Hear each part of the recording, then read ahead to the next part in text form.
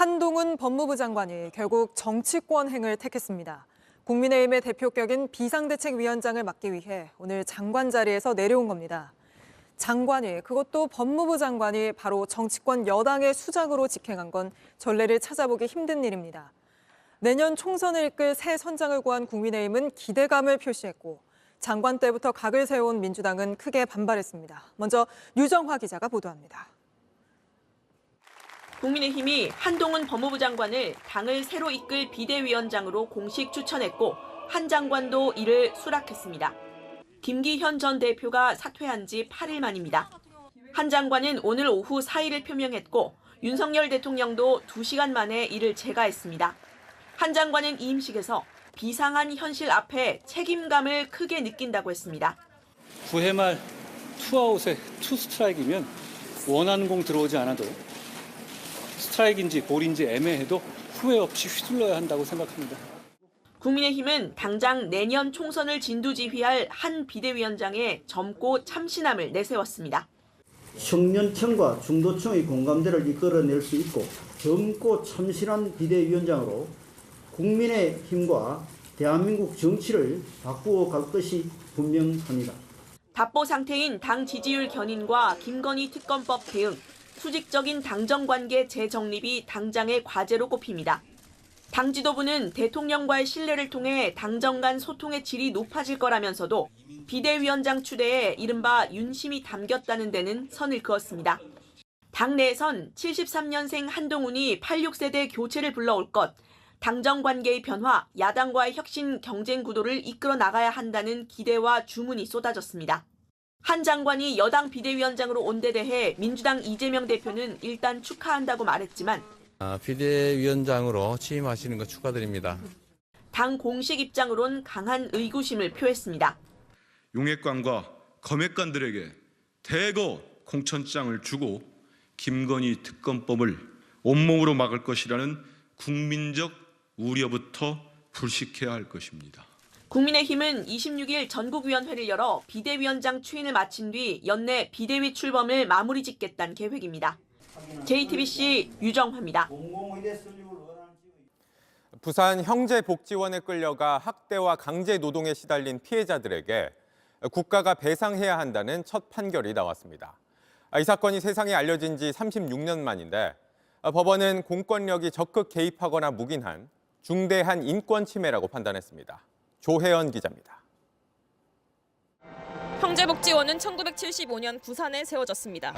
불황아들을 선도한다며 사람들을 감금한 뒤 때리고 강제로 일을 시켰습니다. 어린아이뿐 아니라 청소년까지 마구잡이로 3천여 명을 끌고 갔습니다. 그리고 이 안에서 650여 명이 목숨을 잃었습니다. 1987년 그 실체가 세상에 드러났지만 수사는 부실했습니다. 검찰은 인권 침해의 실상을 제대로 규명하지 못하였습니다. 수용자들은 지난해 공식적인 국가폭력 피해자로 인정받았습니다. 강제노역, 폭행, 가혹행위, 사망, 실종 등 중대한 인권 침해가 있었음을 확인했습니다. 정작 피해자들이 소송을 하자 정부는 책임을 피하려 했습니다. 시간이 오래 지나 피해자들이 배상받을 권리가 사라졌다거나 피해 기간 등을 입증할 자료도 부족하다는 이유였습니다. 1심 법원은 오늘 국가의 배상 책임이 있다고 판단했습니다. 배상을 청구할 권리가 피해자들에게 남아있다며 공권력이 적극적으로 개입하거나 묵인한 중대한 인권 침해였다고 설명했습니다. 소송을 한 피해자 26명에게 수용 기간에 따라 8천만 원에서 많게는 11억여 원을 배상하라고 결정했습니다. 보통은 이쯤에서 이제 끝냈으면 합니다. 또 뭐 항소, 상고 해가지고 또 더 이상 고통을 준다 하면은 우리 살 수가 없어요. 이번 첫 배상 판결은 다른 재판에도 영향을 줄 것으로 보입니다. 현재 200여 명이 넘는 형제복지원 피해자들이 국가를 상대로 소송을 하고 있습니다. JTBC 조혜연입니다. 마트에서 산 냉동 만두 봉지 안에서 18cm 길이의 쇳덩이가 나왔습니다. 만두 봉지를 포장하는 기계의 부속품이었는데 그런데도 만두 제조업체는 자신들 잘못이 아니라고 주장하고 있습니다. 이승환 기자가 취재했습니다. 냉동만두 봉지 안에 뭔가 모를 은빛 물체가 들었습니다. 꺼내보니 쇳덩입니다. 쇳덩이 여기저기엔 만두피가 묻었습니다. 지난 8월 집 근처 슈퍼마켓에서 산 냉동만두에서 나왔습니다. 너무 넉넉히 그걸 바라보면서 그 굽고 있던 만두를 다 태웠어요. 길이 18cm인 이 쇳덩이는 구부러지고 흠집도 많았습니다. 어디서 어떻게 돌아다니던 물건인지 겁부터 덜컥 났습니다. 아, 우리 가족들 건강은 어떡하지? 이거 당장 어떻게 내가 해야 하지? 좀 혼란스러웠어요. 업체에 알리자 제조 과정에선 나올 수 없는 물건이라고 했습니다. 회사의 앙심을 품은 내부 직원의 소행이라고도 말했습니다. 가장 먼저 CCTV는 확인해 드릴 수 없다. CCTV가 그때는 가동이 되지 않고 있었다. 업체는 범인을 찾겠다고 했지만 아직 소식이 없습니다. 그런데 이 업체 홍보 영상을 보면 비슷한 기계 부속품이 보입니다. 만두를 포장할 때 봉지를 붙드는 역할입니다. 업체는 발견된 쇳덩이가 만두 포장기계 부속은 맞는데 다만 자기네 부품과는 다르다고 했습니다.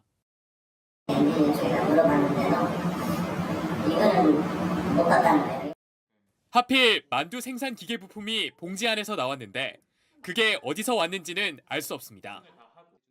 JTBC 이승환입니다. 정부가 공매도 금지에 이어 내년 총선을 앞두고 대주주 양도세 기준을 10억 원에서 50억 원으로 올리기로 했습니다. 개인 투자자들이 연말마다 대주주가 양도세 피하려 주식을 많이 팔아서 주가 떨어뜨린다고 비판해 왔는데 이걸 막겠다는 겁니다. 오원석 기자입니다. 대주주 양도세 문제는 개인 투자자들 사이에서 초미의 관심사였습니다. 지금까지는 연말에 종목당 10억 원이 넘는 주식을 가진 대주주는 최고 25% 세율의 양도세를 내야 했습니다. 이걸 피하기 위해 대주주들이 연말마다 매물을 시장에 내다 파는 일이 빈번했습니다. 주가 등락에 예민한 개인 투자자들은 이런 관행이 주가 하락으로 이어진다고 비판해왔습니다. 그러자 정부가 과세 기준을 50억 원으로 올리기로 했습니다. 50억 정도 이하 갖고 계신 분들은 피하기 위해서 연말에 또 매도를 하는 건데 그 매도 현상 자체를 줄이기 때문에 주식시장 변동성을 좀 시키는 부분이 있기 때문에 이 기준은 세금을 매기기 시작한 2000년 100억 원이었다가 계속 낮아져 2020년 10억 원까지 내려왔습니다. 과세 기준이 50억 원으로 높아지면서 주식 큰손들의 세부담은 크게 줄어들 전망입니다. 개인 투자자들은 환영하는 입장입니다. 대주주 회피하기 위해서 이제 매도 물량 쏟아지면 주가 하락과 직접적인 영향이 있고 10억에서 50억으로 상향했을 때 단점보다는 장점이 훨씬 많다. 다만 기대만큼 주가가 부양될지는 미지수입니다. 이미 수년째 진행이 되었기 때문에 학습 효과가 있어요. 정책 효과는 크지 않고 오히려 소수의 슈퍼개미들이나 대자상가들에게 공연인 세금 부담만 덜어주는 이런 결과가 나타날 가능성이 더 높죠. 지난달 공매도 금지 조치에 이은 총선 감세란 지적도 나오는데 정부 발표에도 오늘 증시는 하락 마감했습니다. JTBC 오원석입니다. 서울시는 청년 1인 가구와 또 신혼부부를 위해 청년 안심주택이라는 사업을 하고 있습니다. 역세권에 주변 시세의 반값 월세라고 홍보해 인기가 높았죠. 그런데 실제로 입주한 사람들은 전혀 그렇지 않다고 합니다. 먼저 정인아 기자가 보도합니다. 서울주택도시공사가 관리하는 청년 안심주택입니다. 서울 양재역 근처 이른바 역세권입니다. 게다가 반값 월세로 알려져 인기가 높았습니다. 20대 A씨는 지난 6월 이곳에 입주했습니다. 월세와 관리비를 포함해 매월 68만 원을 냈습니다. 주변의 다른 곳은 85만 원을 냈습니다. 반값이라더니 주변 시세의 80%에 가깝습니다. 특히 관리비가 월세의 절반에 가깝습니다. 청년주택이다 보니까 대부분은 이제 일을 하러 나가거나 학교에 가잖아요. 주변에 이제 인포데스크에 누가 있다고 해서 제가 그분들이 뭘 하시는지도 모르고. 관리 직원 간식비 등까지 포함돼 있는 게 문제라고 지적했습니다. 이곳에 사는 30대 부부도 월세의 절반이 넘는 관리비를 내야 했습니다. 한 20만 원대 초반 정도 나올 거라고 예상을 하고 입주를 했는데 9월에 32만 원, 10월에는 30만 원 넘게 냈습니다. 비슷한 면적의 주변 오피스텔은 20만 원을 넘지 않는 걸로 파악됐습니다. 기본관리는 오피스텔 10만 원대 10에서 15분 사이예요. 청년 안심주택 위탁업체 측은 입주 초기 비품 구입비 등이 관리비에 포함돼 높게 나왔던 것이라고 해명했습니다. 취재가 시작되자 서울시는 내년에 실태조사를 하겠다고 밝혔습니다. JTBC 정인아입니다. 안녕하세요. 뉴스룸 앵커 한민용입니다. 오늘도 JTBC 뉴스룸을 시청해주신 여러분 고맙습니다. 오늘 저녁에도 뉴스의 현장에서 찾아뵙겠습니다.